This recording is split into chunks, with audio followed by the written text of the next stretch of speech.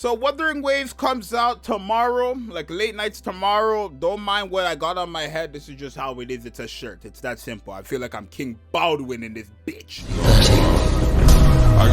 But today we're taking a look at the definitive best launch tier list. Now, I don't really care about re-rolling or anything like that. Like, whoever I get is whoever I get. That's going to be the newborn baby. But, you know, I still do want to know who is pretty good, right? So that at least if I pull them, I can be like, oh, shit, that's the best card in the game! But yeah, we're taking a look at Braxophone, really known for Genshin and Honkai Star Rail guides. Very, very...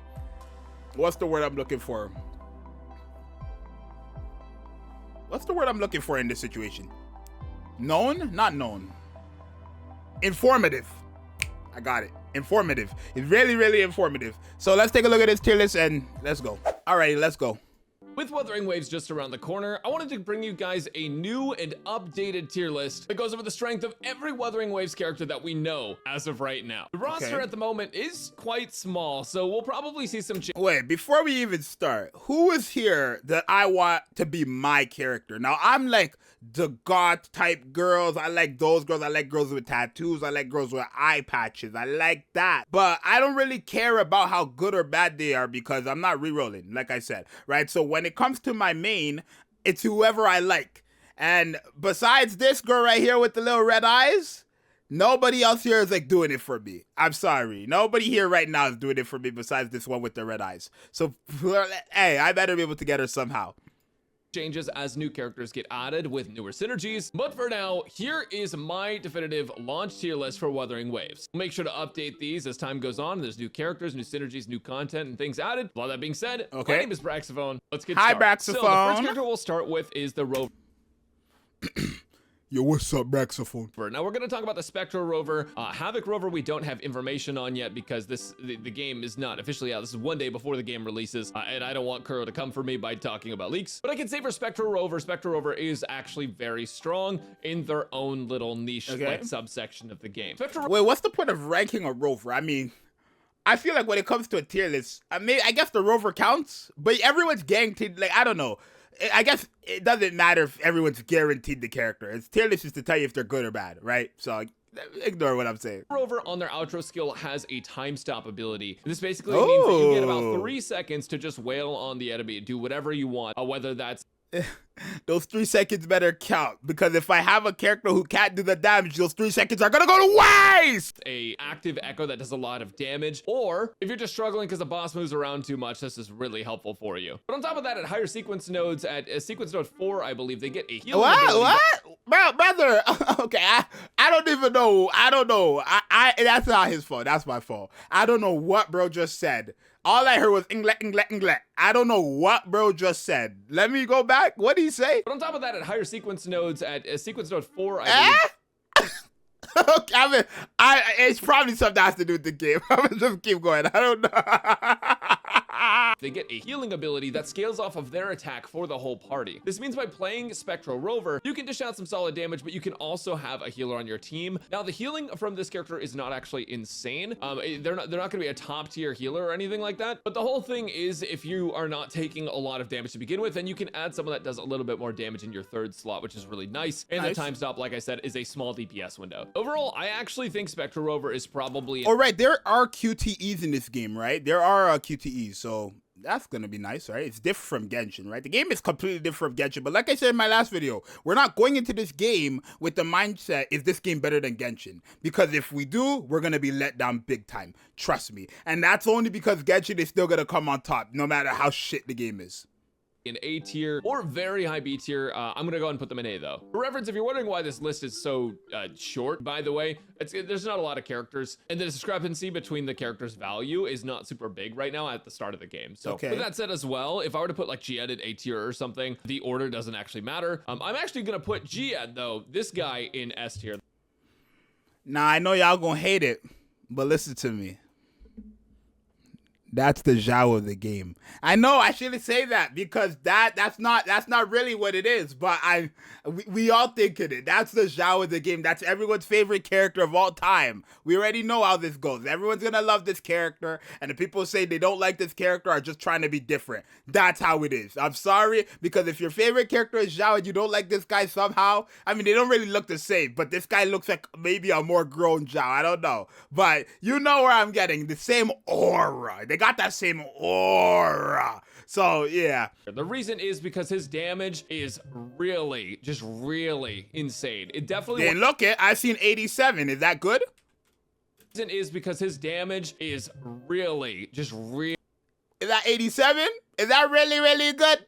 I don't know, but maybe it might be godlike. I don't know. We'll have to see.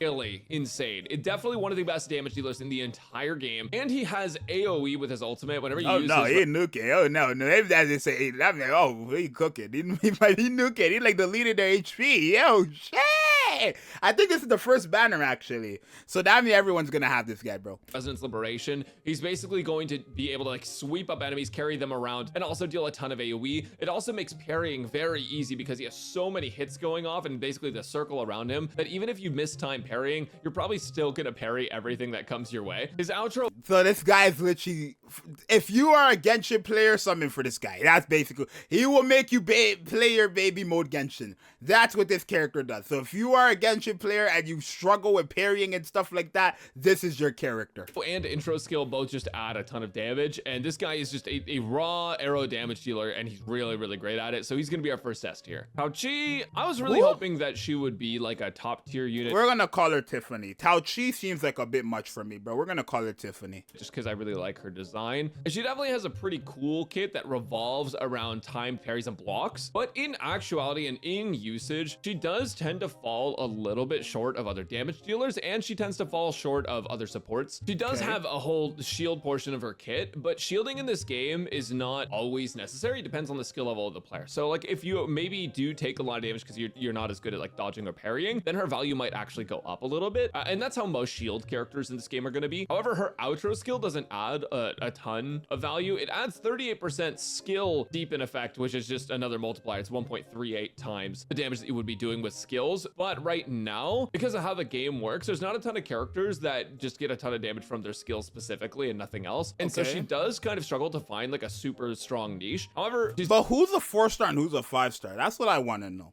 I mean, I guess it doesn't matter, but like, I want to know. Definitely not terrible. I actually took F tier out because I don't even know if I would put any characters in the game in F tier because none of them stand out as like objectively the worst. So I'm gonna go ahead and put her in C tier. Let's grab Alto. Alto has one of my favorite designs in this game. I mean, he's so cocky and like such a stiff. Generation of Miracle looking ass. Like, what the hell? That boy looks like he's a new member of the Generation of Miracles. What the hell? But wait, I don't know. I really like him a lot, but when it comes to damage and when it comes to supporting capabilities, there's not really a ton of support ability there. There's just the arrow damage bonus on Outro, which is nice. Sorry, not arrow damage bonus, arrow damage deepen, which is nice for arrow characters. For example, if you're playing with Jihad, like, yeah, you could get a little bit of extra stuff there. But honestly, this ability is so specific that he gets outclassed by like support units as far as Outro skills go, and his damage without sequence nodes is not going to be that insane. I would say without sequence nodes, he's probably in the B tier, and with I don't know what that is. I don't know what sequence nodes is. I'm gonna have to learn all this shit by tomorrow. Debatably A tier, but it's still kind of up in the air. He just gets outshined by a lot of other characters, so I'm gonna put Alto in B tier. Definitely not bad, but like there's better options. And now we have Nahida at home. Actually, what's really funny about this character, Verina. Oh, her name is Verina. Nahida, Verina. That's funny. Is that she's just so incredibly busted. She's a healer that does spectro damage, and when you use her Resonance Liberation, she actually gets coordinated spectro attacks with your on-field character that are also healing. On top of that, her outro skill lasts for 30 seconds, which means that you can get everyone the bonus in your full. What does that mean? Her outro skill? I really need to learn what the hell I'm talking. I don't know, bro. I'm just going in here trying to get information on who the better characters are, but I have no idea what the hell an outro skill is. Like, someone in the comments, give me a YouTuber who explains everything. I probably have to go to freaking Wuthering Wave Radio. I don't know her actual channel name, but I know who y'all probably know who I'm talking about. rotation. And on top of that, it's actually a very unique ability because she gives a portion of her attack, 19% of her attack stat, plus on top of that, deepen effect for all elements. So all elements at once, any character can be played with Verina, as long as they don't scale on like specifically HP or defense or something. They're benefiting from her outro skill a massive amount, and your entire team is. And on top of that, she heals and doing Spectre coordinated attacks. She's just, honestly, she's too good. Yeah, because of all of that, I'm gonna put her in balanced, by the way. Is that a character everyone could get for free with the Selector ticket? Surely not, right? I guess that's the Branya of this game, right? That's the Branya of this game. Could everybody get it through the Selector? Let me see real quick. Well, that's crazy. You could actually choose that girl with the Selector after you do 5 multis, I guess. Then you unlock a banner that you have to do 8 multis. And after 8 multis, you get to pick one of them. And apparently the best character in the game, which I'm assuming is Verina, is just there. I'll be there. I'll be there. All right, let's continue. All right, next up is the Lion Boy himself. Oh, this one's not gonna make a lot of people happy. As far as design goes, I feel like he's A tier. In terms of how good he actually is, I'm sorry, Lion Boy mates. Yeah, I don't really know what to say about this dude other than he just does ice damage. But there's other characters that also deal glacio damage that do, in my opinion, a better job and have more team value overall. And yeah, probably one of the biggest reasons his damage is not super insane is because it takes so long to ramp up, but you only have a certain amount of field time per character if you're trying to do like normal rotations. I hope he does get a few changes because he could really use just like a faster sort of ramp up to completely filling his gauge and then getting his damage out, making it so he doesn't have to take up as much field time just to be able to get damage on par with other characters would be a really good start. But yeah, overall, I mean, his design is great. I just don't think he's like a super top tier unit. So I would probably put him in C tier, might be B tier damage wise, but I'm gonna put him down here. Let's talk about Mortify. Mortify. Yeah, so this guy is Yinlin or Zxous. Actually, he's technically like more like Zxous, but he's fusion. Who was Yinlin again? Who was Yinlin? Who was that one? Was that the girl with the boba bear? The goba bear? The bear?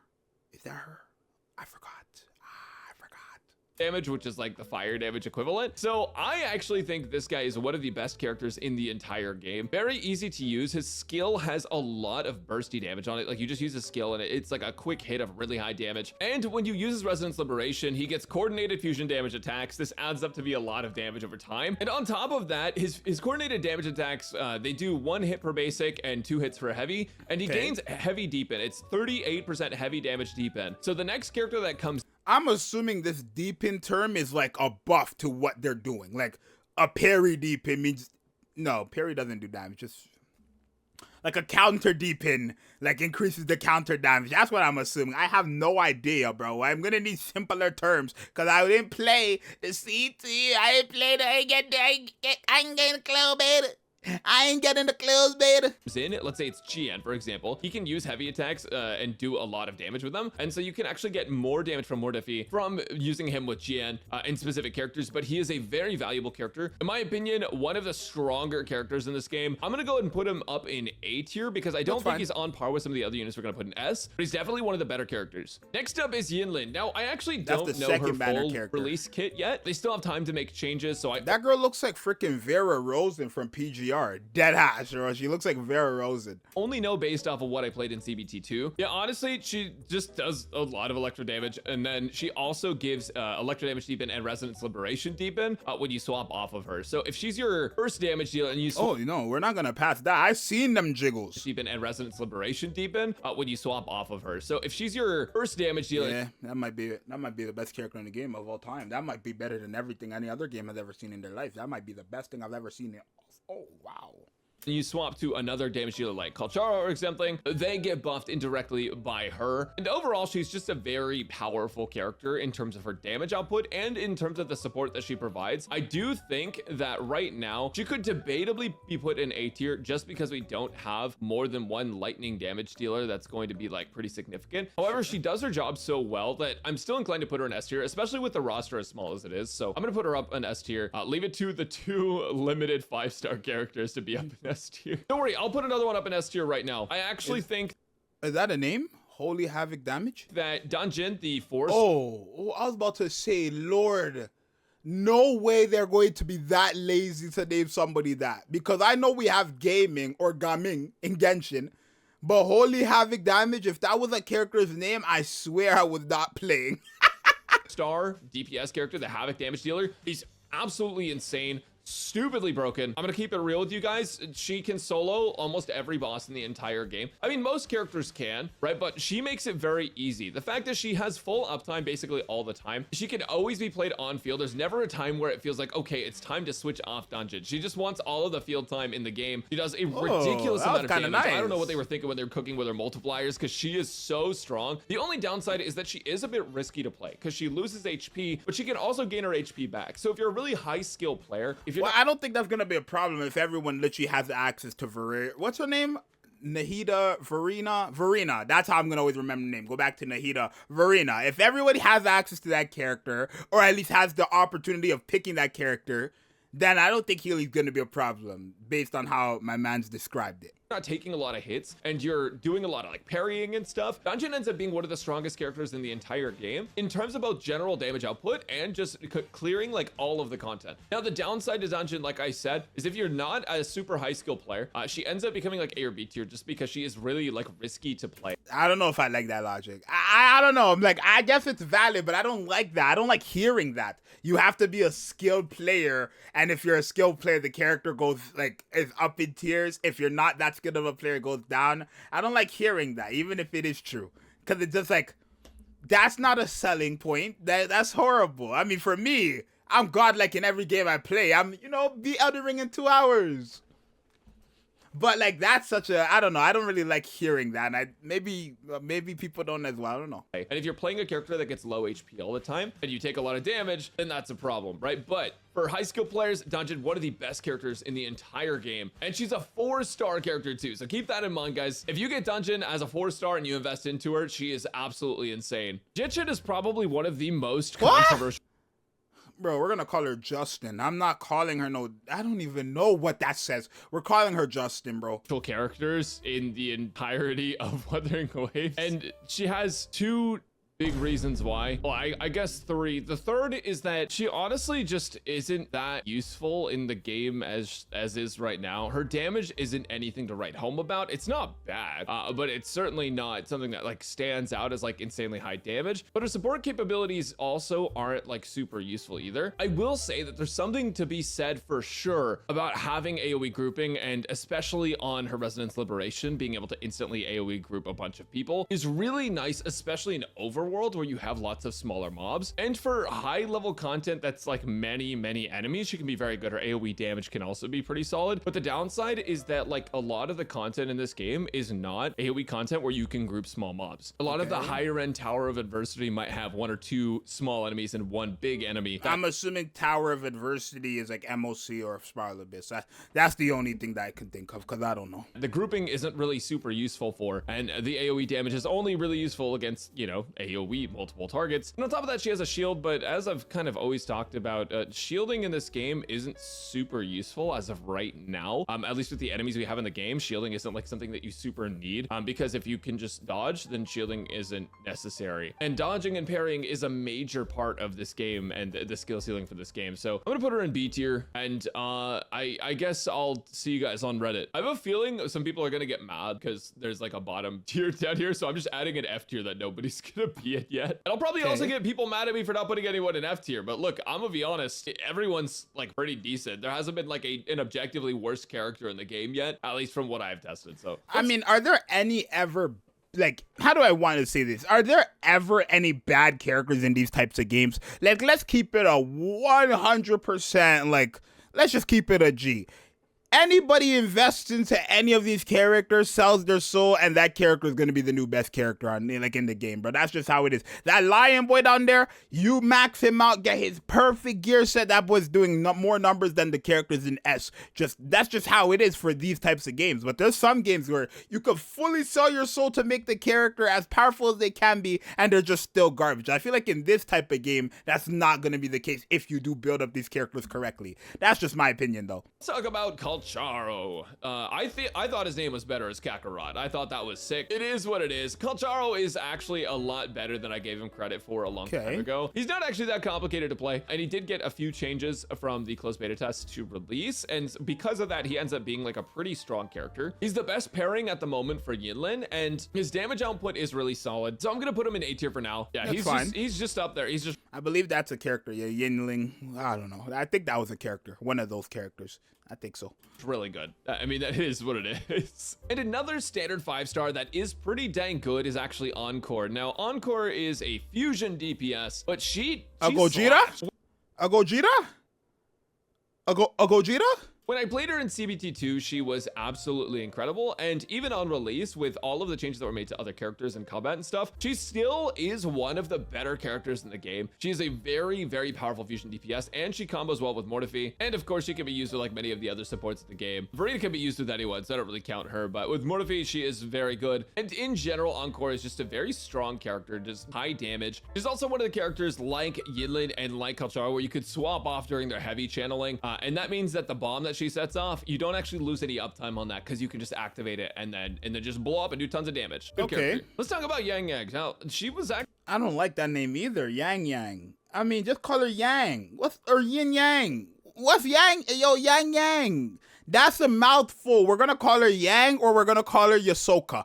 What the hell did I just say? I've been watching too much Star Wars. I'm sorry. Actually, one of my favorite character designs. I mean, she is like literally the poster girl of Wuthering Waves, so it makes sense. But I think she's very pretty, and she's an arrow damage dealer. She's very fun. Whenever you get her Forte Circuit activated, she does like a really cool like series of attacks. It's like in the air, knocks enemies up if they're small. And her ultimate also sort of has grouping, which is really nice. The downside is that even though she does have an ultimate that groups and she doesn't have to sit there and channel it like other characters, it is only super helpful during like small trash mob fights, and the pull on it is not super insane. The AoE on it isn't super crazy, and overall her damage is decent, but she is meant to be more of a supporting character. Now, she does have one super unique ability though, and it's her outro. Her outro gives you 20 energy over. I'm done. Wuthering Waves outro. What the hell is this? What the hell is an outro? What the... List of outros. I don't know. This is too much to read, and I don't like why our outro is so important. What is the outro? What is that? Oh my god, there was a video on that. We're just gonna have to take a look at that video later. 5 seconds. And for certain characters that could make or break their rotation, which is really, really solid. But right now, we haven't found any characters that super need that. Getting energy hasn't really been a problem for many, many characters in this game. And because rotations are so long, it's not usually an issue. I'm gonna put her in B tier. She's like a pretty good character, but she definitely isn't going to be like a top dog like S tier or A tier. This may change in the future though. I definitely think energy is an interesting system to play around with. I'm just hesitant to put her up here with the rest of these guys because these guys all offer something that's like absolutely insane, whereas right now the energy just doesn't really feel super necessary. So middle of the pack for sure. Let's talk about Chixia. Honestly, bro, he's saying a whole new name.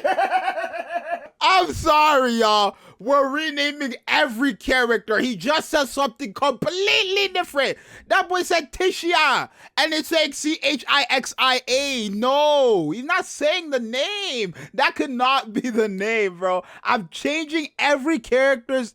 You're China McLean. It's that simple. You're China McLean. Okay? I'm changing every single character's name. I'm not going to have a stroke. No disrespect, but I'm not going to have a stroke trying to say these characters' names, bro. I cannot. It's a problem within myself and within nobody else but myself. I am changing this character's name to China and McLean. Chixia, she's fine. She's decent. She's a fusion damage dealer, but the problem is we already have a character that's a fusion damage dealer that's like really insane. And then we already have a sub DPS that's really insane. And this is a standard 5-star. Now, obviously, Chixia is going to be free, so you can build her if you want. But if you do eventually get Encore, who I would argue is one of the better pull targets for the 5-star selection banner, she becomes less relevant. She does at S6, though, give your team basic attack damage bonus. So that's pretty good. But right now, I can't really find a place to fit her into a team, but she would be a top tier unit. You could fit her with Morphe and then like maybe Verina of Morphe, but it's just the problem that like Encore is always going to be better. So I'm going to go and put her in B tier as well. That's Last 3, let's talk about Godwoo. So this guy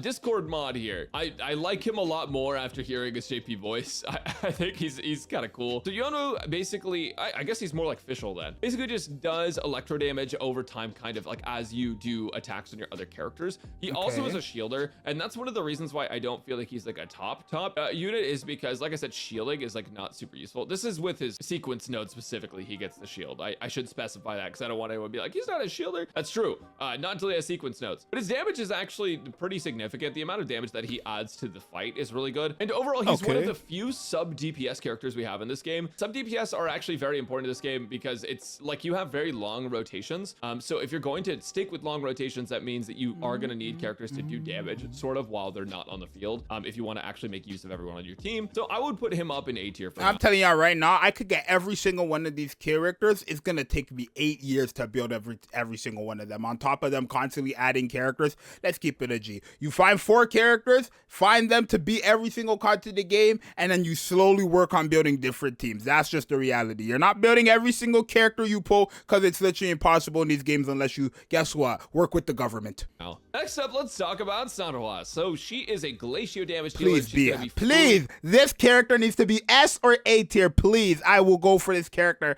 Let her be S or A tier, please. With the daily login, which is super nice. And the nice thing about her being free is that she's actually a free. Oh, yes, Lord, yes, Lord, yes, Lord. Yes, I like that word free. I like that word free. Top tier damage unit. Definitely not S tier. Probably A tier. Thank you. I would say the only reason she's not up there with Dungeon is because Dungeon provides something which is basically self-sustain and the ability to take on content literally by herself with no issues. Whereas Sanhua still, you know, wants to play with support stuff, but she is a very powerful unit. The only time that Sanhua falls off is if the enemy is moving around a bunch, because that means you can't get your detonates off or you have to save them, which ends up losing you a lot of damage overall. But her damage with detonates is very significant, and she has basic attack damage deepen, which a lot of characters can actually use. So she would be like maybe the first character in your lineup. And then on top of that, if you do get her sequence node 6, she can give your entire team an attack bonus. Nice. Which attack bonuses aren't super common in this game. So I'm gonna go ahead and put her in A tier as well. And lastly, we've won. That's all I care. I don't even get damn about by. Right now, I'm reading Baizhi. Let's see what bro says. And lastly, we have Baizhi. The whole thing. That's valid. That's fine. Baizhi made more sense than Baizhi. That made more sense. I'm allowing. That one made more sense. With Baizhi is that she is basically budget Verina, and by budget Verina I mean free Verina. She's very strong. Not only are her heals pretty crazy, but she has a passive attack bonus she can give to your team pretty easily. It's called Euphonia. She gets it at a higher level, and once it's unlocked, she's able to give your whole team an attack bonus, which is, like I said, it's a rare bonus in this game. And on top of that, her outro skill has all type deepen, which is similar to Verina, because Verina also has that. It makes Verina one of the best supports in the entire game. And Baizhi has passive healing on your active character, so she doesn't actually have to be out on the field for you to be getting heals. And for most players, I would say like the average player, casual player, she's gonna end up being an S tier character just because she's able to provide so much. It's healing, it's attack, it's deepen, and also she's like S tier aesthetics. And so that's why we're putting her S tier, because of all those things, and definitely not because I'm biased. Anyways, this is my Wuthering Waves launch. I like it. Obviously, I don't know jack about any of these characters, but Braxophone, like I said, is a very, very valid content creator, so I'm taking his word. He's never disappointed me in the past. I don't know why he would now. I'm liking it, right? You know, some characters that I'm interested in, really just the one. What was her name? Oh my God, I forgot my wife's name. Oh my God, I forgot my wife's name. What was her name? Oh my God, what was her name? I forgot her name. Shit, I forgot my wife's name. Hold on. Next up, let's talk about Sanhua. So Sanhua. Oh my God, that was embarrassing. Sanhua is who I'm looking forward to the most. But hey, that's it, bro. That's it right there. That big W. Alrighty, well, that's gonna be the end of the video. Again, shout outs to Braxophone. The game actually comes out tomorrow night, I believe, at 10 p.m. EST for me. I'm not 1,000,000% sure on the time, but I'll figure that out. All that stuff. I will be live streaming on Twitch and YouTube my Wuwa gameplay and my Wuwa experience. So if you guys want to come through, I'll put that up there for anybody who actually cares about Wuwa. Hopefully, you guys are going to try Wuwa. Don't let the horror with Genshin hold you back from trying out this game, because it looks like it's going to be a pretty decent one. But for now, it's going to be your boy Zxous. Shout out to Braxophone. Original video in the description. I'm out. Bye.